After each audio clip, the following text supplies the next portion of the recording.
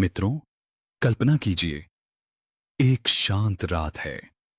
हवा बिल्कुल थमी हुई। अचानक कोई आवाज आपके कानों में फुसफुसाती है।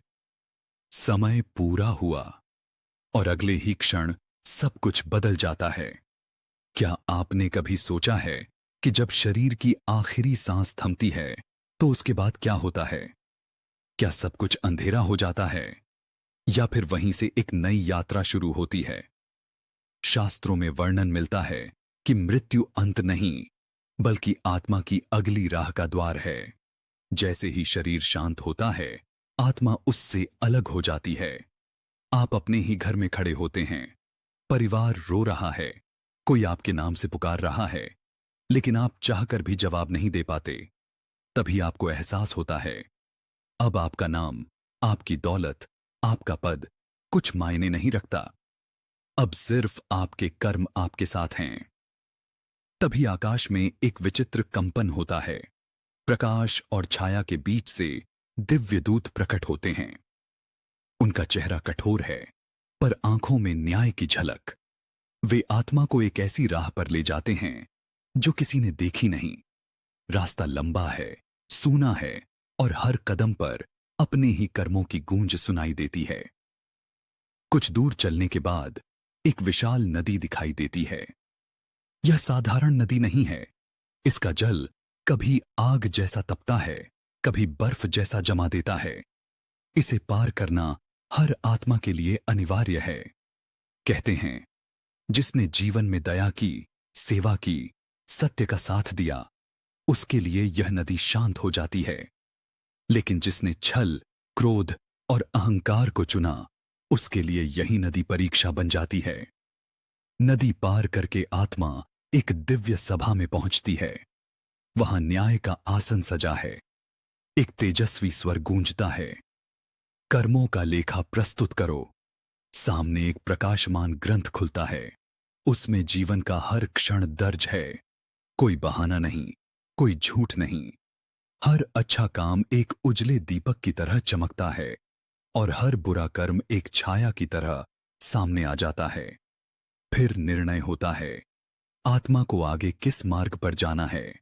सबसे पहले आत्मा को ले जाया जाता है मोहांत कक्ष में। यहां घना कोहरा है। व्यक्ति बार बार उन अवसरों को देखता है जहां उसने लालच में सही रास्ता छोड़ा था। पछतावे की ठंडी हवा भीतर तक चुभती है। यह स्थान उन लोगों के लिए है जिन्होंने स्वार्थ में दूसरों को ठगा। इसके आगे है क्रोधाग्नि प्रदेश।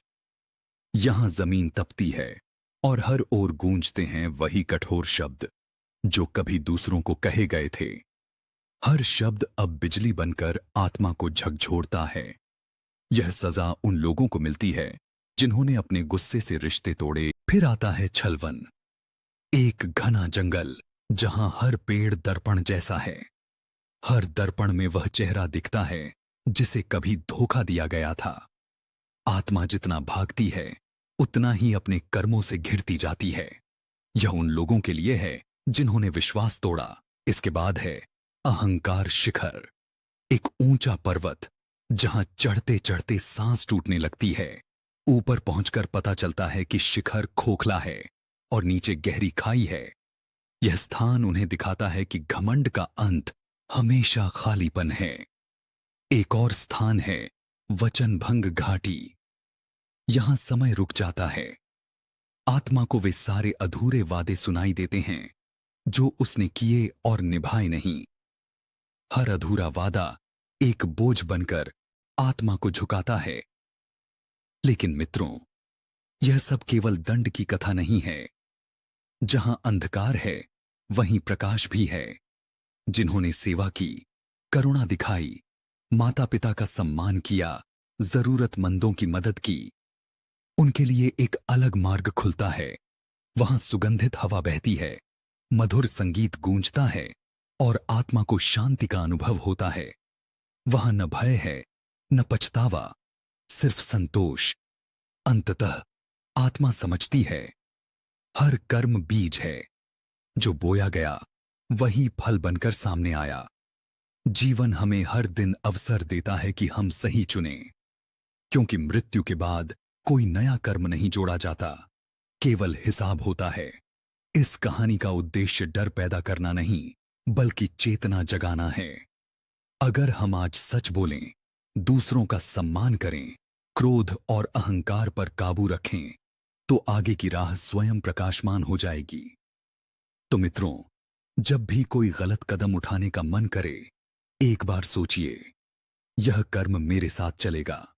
और याद रखिए, अच्छाई का छोटा सा दीपक भी अंधेरे के विशाल सागर को चुनौती दे सकता है।